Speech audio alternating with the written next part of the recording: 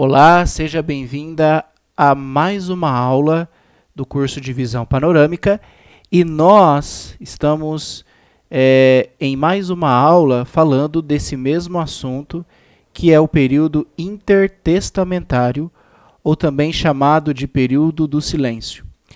Nós estamos falando, nessas últimas videoaulas sobre fatos importantes que aconteceu na história, fatos importantíssimos que aconteceu nesse período, que fazem com que nós possamos entender algumas coisas no Novo Testamento. Então, quando eu abro a minha Bíblia no Novo Testamento, então eu vou conseguir entender muitas coisas que não é explicado para nós no Novo Testamento.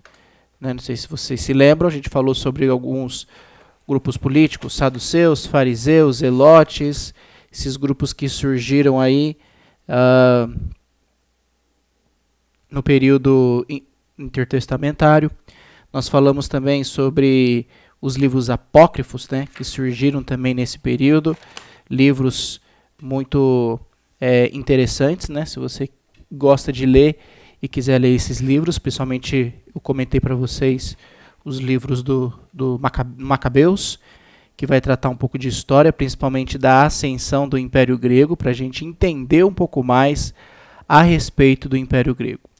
Bom, agora nós vamos terminar com o último ponto, que é o 11º, 11º ponto desses fatos importantes do período intertestamentário, tá? E eu estou na página 37, na número 11, e agora nós vamos tratar a respeito da profecia que aconteceu lá em Daniel, capítulo 2, versículo 1 ao 45. Então, eu pedi que você lesse esse texto várias vezes, tá? Então, em diversos finais aí das videoaulas eu pedi como tarefa para que você lesse, para que quando nós chegássemos nesse ponto, ficasse mais claro a ideia e do que essa passagem fala para nós e o quão importante essa passagem vai ser no Novo Testamento, quando nós estudarmos o período cristão. Então, é necessário nós termos esse total entendimento a respeito desta profecia do capítulo 2 de Daniel, tá bom? Então você tem que preencher aí, tá? Então nesse período vai cumprir a profecia de Daniel, tá? E no decorrer da história do Novo Testamento, e quando chegamos em Atos 2, vai ter o cumprimento total desta profecia, tá bom? Mas essa profecia ela vai acontecendo com o passar dos anos. Por quê? Porque esse texto ele vai contar para nós, esse capítulo é a famosa profecia da estátua do sonho que o rei da Babilônia, Nabucodonosor, teve. Então, o rei da Babilônia, Nabucodonosor, ele conquistou Judá, lembra? Em 586 e levou o pessoal que morava ali em Judá para o cativeiro, lá para a Babilônia. Daniel era uma dessas pessoas, ok? E lá na Babilônia, ele continuou sendo fiel e leal a Deus. Se você ler o livro de Daniel, é um livro bastante interessante. Quando Daniel estava lá na Babilônia, Nabucodonosor teve um sonho. E nesse sonho ele sonhou com uma estátua, e essa estátua era dividida entre algumas partes. E cada parte dessa estátua representava uma pedra preciosa, ouro, prata, bronze, e depois os pés eram feitas de ferro e de barro. E cada parte desta estátua representa, a gente vai falar agora sobre a interpretação desse sonho que Nabucodonosor teve. Cada parte desta estátua representa um império, ok? Você tem aí na sua apostila, você precisa preencher, tá? Então, ele vai contar uma série, ele vai contar a história como ela vai acontecer. Então, essa profecia que Nabucodonosor teve, esse sonho que ele teve, e depois na segunda parte desse capítulo 2 de Daniel, ele vai, claro, sobre a orientação de Deus, ele vai interpretar esse sonho do Nabucodonosor. E a interpretação é que cada parte desta estátua representa um império. E cada império vai reinar no seu devido tempo, tá? Então, quando ele está lá falando sobre a interpretação desse sonho para Nabucodonosor, ele falou, a Babilônia é você, tá? Você vai ler lá, você vai identificar, porque ele fala, você é a cabeça de ouro. Então, a cabeça da estátua é representada pelo ouro, que é derrotado pelos persas. Então, a Babilônia, então aqui tem as datas, tá? Que cada império reinou, ok? Então, depois, primeiro foi a Babilônia, depois os persas derrotaram os babilônicos e assumiram o poder do mundo, tá bom? E a Pérsia é representada pela prata, na parte da estátua. Na próxima imagem eu vou mostrar a estátua e aonde cada parte representa, tá? Só estou falando o que representa aqui cada reino. Então, cada império. O Império Persa representado pela prata, eles vão ser derrotados pelos gregos, ok? Depois aqui você tem as datas, tá? Até onde cada império reinou, tá bom? Então, os persas conquistaram lá entre 538 e 539 e permaneceram no poder até 331 a.C. A Grécia derrotou os persas e eles assumiram em 331 e ficaram aproximadamente até 168. E eles são representados nessa estátua, nesse sonho que Nabucodonosor teve, pelo bronze, e eles vão ser derrotados pelos romanos. Depois, você vai ter, em 168 a.C., Roma vai vencer a Grécia e vai dominar o mundo, e eles são representados pelo ferro e barro reinando nesses dias. Então, no Novo Testamento, quando você vai ler lá que durante o reinado desses reis, então é o reino, o Império Romano. E depois você vai ver que durante a sua leitura do capítulo 2, você vai ver que uma pedra vai se soltar sem o auxílio de mãos e vai destruir a estátua. Essa pedra representa o reino de Deus, que vai ser estabelecido no ano 33 depois de Cristo. 30 porque é aproximadamente o ano quando Jesus começou seu ministério. No ano 33, quando Jesus morreu na cruz, foi ressuscitado, e quando em Atos 2, quando o Espírito desce sobre os apóstolos, a gente vai estudar sobre Atos 2, quando em Atos 2, Pedro se levanta e começa a pregar, ali, um pouquinho antes, quando o Espírito Santo desce sobre eles, o reino de Deus é instituído nos dias dos reis romanos. Você vai ler isso nos versículos 44 e 45. Tá? Então lá na profecia, eu peguei só esse trecho, lá diz assim, mas a pedra, essa pedra que se soltou dessa montanha, sem o auxílio de mãos, ele falou que essa pedra que atingiu a estátua tornou-se uma montanha e encheu a terra toda. Na época desses reis, o Deus dos céus estabelecerá um reino que jamais será destruído e que nunca será dominado por nenhum outro povo. Destruirá todos os reinos daqueles reis e os exterminará, mas esse reino durará para sempre.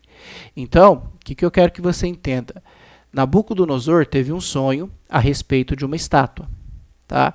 E cada parte da estátua representava uma pedra ou material. Então a cabeça era de ouro, o peito e o braço eram de prata, o ventre aqui, né, era de bronze, e as pernas e o pé, né, as pernas eram de ferro e os pés eram em parte de ferro e de barro.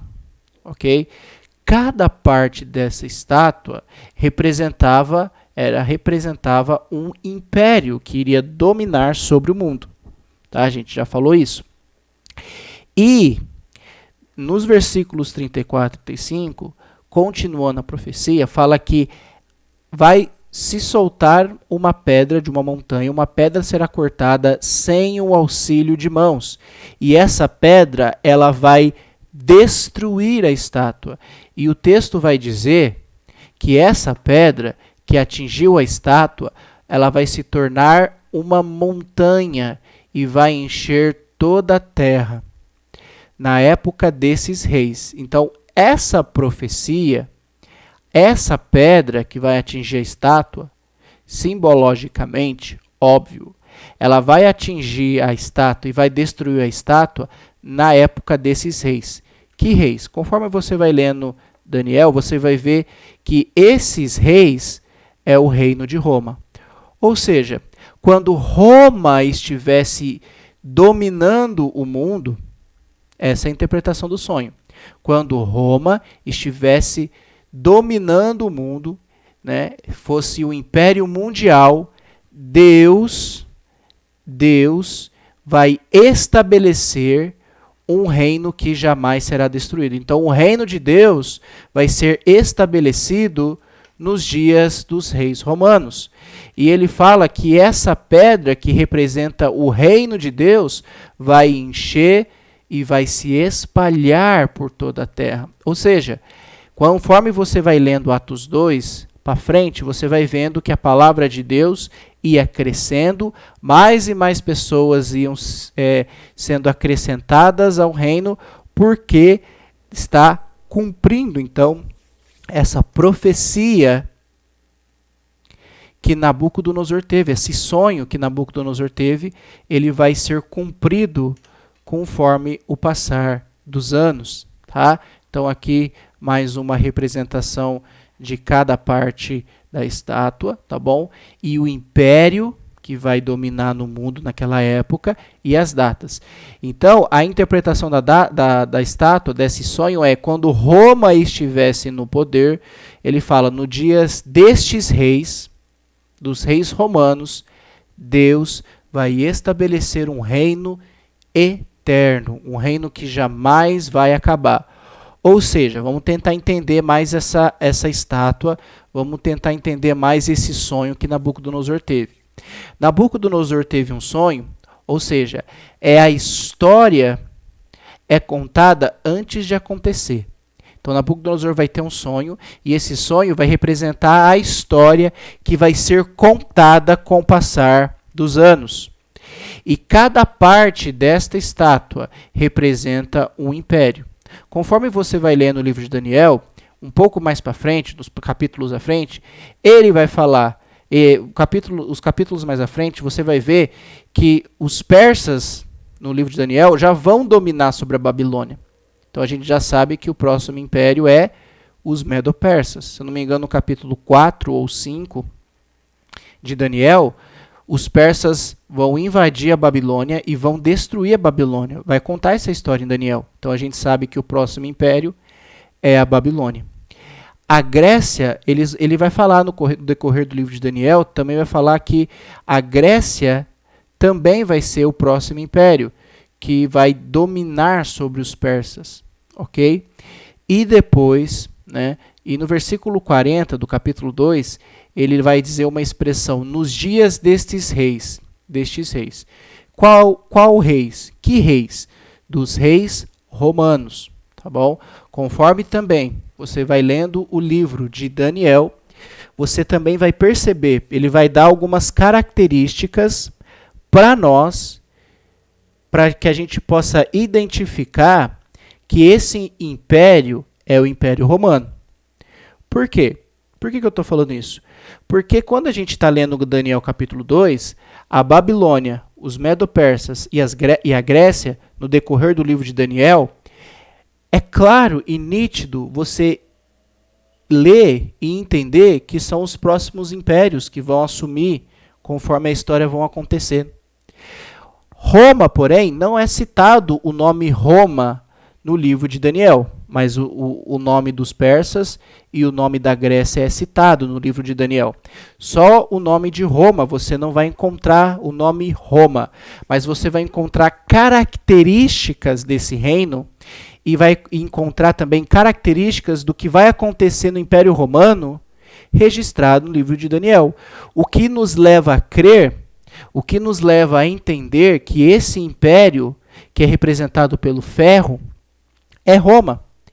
E lá em Daniel, fala para nós que quando esses reis, nos dias que esses reis estiverem sobre o domínio do mundo, no versículo 44 e 45, Deus estabelecerá um reino eterno, um reino que jamais teria fim.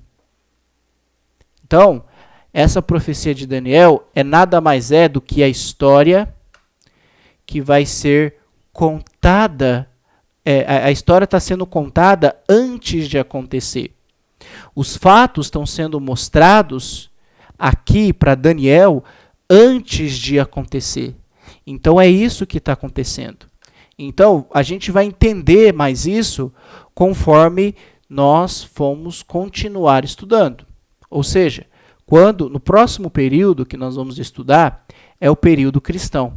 No período cristão, a gente vai ver esse reino de Deus sendo estabelecido. A gente vai ver com calma isso acontecer. A gente vai estudar com calma Atos 2. Mas é importante a gente entender isso agora, porque quando chegar lá, a gente vai ver que o reino de Deus foi profetizado lá, ou seja, aqui em Daniel. O reino de Deus, Deus prometeu que estabeleceria um reino eterno.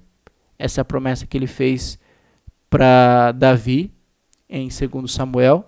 E essa promessa vai ser cumprida lá na frente, em Atos 2. Então, a gente está vendo algumas coisas que nós vamos estudar, que é essa parte aqui de baixo dessa tabela. Tá? Vamos entender. Isso foi feito? Então, vamos ouvir Jesus. A gente vai ver todos esses trechos conforme lá na frente. Em Marcos 1, 14 e 15, o próprio Jesus disse: o tempo está cumprido. Então, está chegando o momento. Quando Jesus fala isso, ele não está falando do fim do mundo. Ele está falando que está chegando o momento em que ele vai morrer, está chegando o momento em que o reino vai ser estabelecido. Não só a sua morte tem muito importância, porque depois da sua morte o reino dele, o reino de Deus vai ser estabelecido. Então por isso que Jesus fala, o tempo está cumprido. Então está chegando o momento, está chegando a hora em que o reino de Deus será estabelecido. Marcos 9, Jesus disse, o reino virá com poder. E a gente vai ver como foi que o reino chegou com poder. Aonde? Em Atos 1, versículo 8. O próprio Jesus disse, depois que ele morreu, foi ressuscitado, antes dele voltar para o céu, de se ascender, ele falou para os discípulos, o poder virá com o Espírito Santo. Né? Então, o reino virá com poder. E como eles vão saber? O poder virá com o Espírito Santo. Outra pergunta, quando? Quando isso vai acontecer? Durante os dias do Império Romano. Então, quando Roma estivesse dominando sobre o mundo, fosse o Império Mundial, Deus vai estabelecer um reino. Então, lá em Atos 2:30, Cristo, eu acho que eu pulei o de cima, em Atos 2, 1 a 4, o poder virá com o Espírito Santo e o Espírito Santo veio no Pentecostes. Então, quando você vai ler Atos 2, no Pentecostes, quando eles receberam, os apóstolos receberam o Espírito Santo, foi quando o reino de Deus foi estabelecido. Tá bom? Então, quando isso aconteceu? Atos 2, quando o Espírito Santo veio no Pentecostes. E, conforme Atos 2:30 e depois os versículos 33 a 36, está cumprindo a profecia de que Cristo foi exaltado para se sentar no trono de Davi.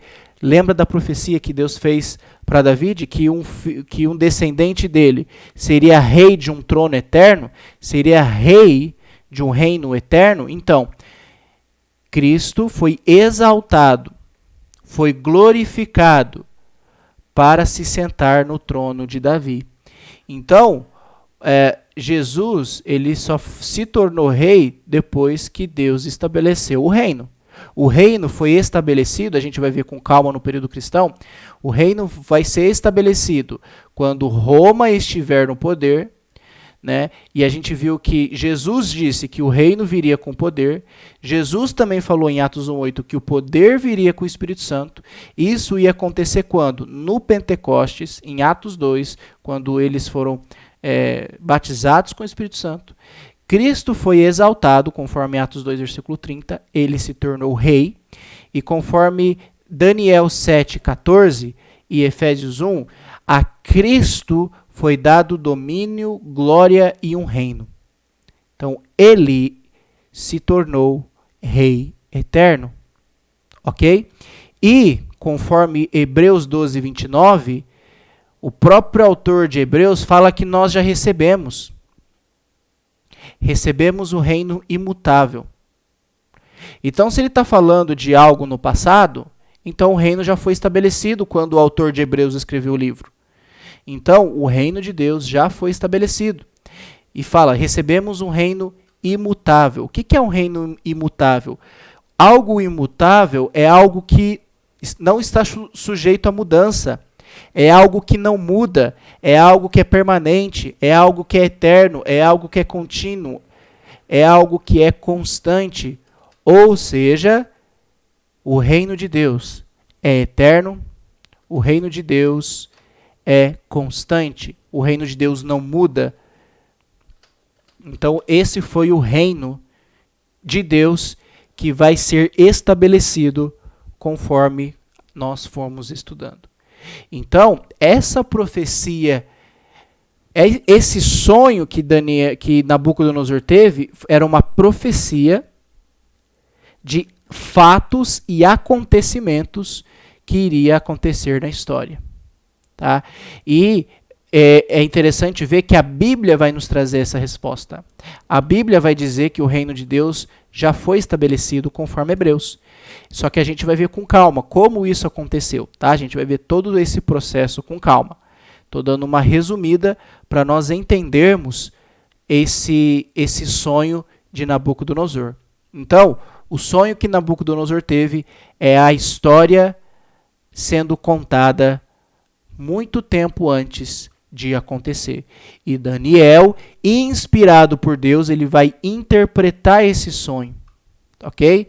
Ele interpreta dizendo que cada parte da estátua representa o império e que nos dias do Império Romano, Deus estabeleceria um reino eterno.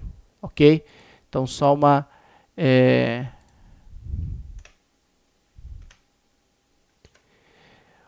representação aí para você ver que a estátua foi destruída, tá? Então, a estátua foi destruída por essa pedra que se soltou sem a ajuda de mãos humanas. Encheu toda a terra, então representa o reino de Deus, que vai encher toda a terra e vai alcançar muitos corações. Bom, essa profecia de Daniel 2, que nós acabamos de ver sobre a estátua, essa profecia está de acordo com o eterno plano de Deus que ele realizou em Cristo Jesus, nosso Senhor, conforme Efésios 3:11. E essa promessa também faz parte do nosso pilar, né? O pilar, né, faz parte dessas colunas, né, que sustentam toda a história da redenção da humanidade. Então, esse texto de Daniel faz parte desse processo, ok? esse texto de Daniel faz parte do eterno plano que ele realizou em Cristo Jesus para estabelecer o reino dele aqui na terra, tá bom? Então, esse é o texto de Daniel, que vai fazer parte aí dessas promessas que Deus fez, que fazem parte da história da redenção da humanidade. Bom, entendendo um pouco mais sobre Daniel, vamos dar sequência então à letra C, terminar esse ponto. Letra C, vamos falar um pouco agora sobre a expectativa judaica versus a bênção universal. Página 38. Você pode preencher aí as lacunas vermelhas, tá? Bom, vivendo debaixo da velha aliança, que é o período mosaico, como nós estamos estudando até agora, e da opressão romana, os judeus que retornaram do exílio não têm mais as 12 tribos, e nem a nação de Israel, embora saiba a qual tribo pertence. Agora, eles aguardam com grande expectativa o cumprimento das promessas messiânicas. Então, esse povo que voltou do exílio, né, não é mais judeu, não é mais israelitas, né, não é mais a nação de Israel, mas agora é Judá, tá? Vai virar Judéia, né, conforme a gente já falou na outra aula, né, agora são judeus, eles voltam e eles não sabem, eles não fazem parte, né, não tem mais as 12 tribos, e agora, mas eles sabem, sempre vão saber em que tribo eles pertencem. E agora estão aguardando ansiosamente pela vinda do Messias prometido. Então vamos lá, número 1 da letra C. Qual é a esperança desse povo agora, depois do seu retorno? Durante o período patriarcal, eram conhecidos como hebreus, no mosaico como israelitas, mas agora são apenas judeus, aguardando com muita ansiedade e expectativa a chegada do Messias prometido para restaurar, consolar e salvar o povo de Israel. Mas eles esperam um rei com espada na mão para lutar e libertá-los do domínio romano. Então, a esperança desse povo, eles estão aguardando ansiosamente um rei físico. Se você for ler com calma, João 6, o momento em que Jesus ele está multiplicando o pão, os pães e os peixes, depois que ele multiplica os pães e os peixes, você vai ver que o povo, o que eles vão tentar fazer com Jesus? Eles vão tentar fazer de Jesus, vão forçar Jesus, né? Vão forçá-lo a se tornar rei à força, né? Para que Jesus possa libertá-los do Império Romano.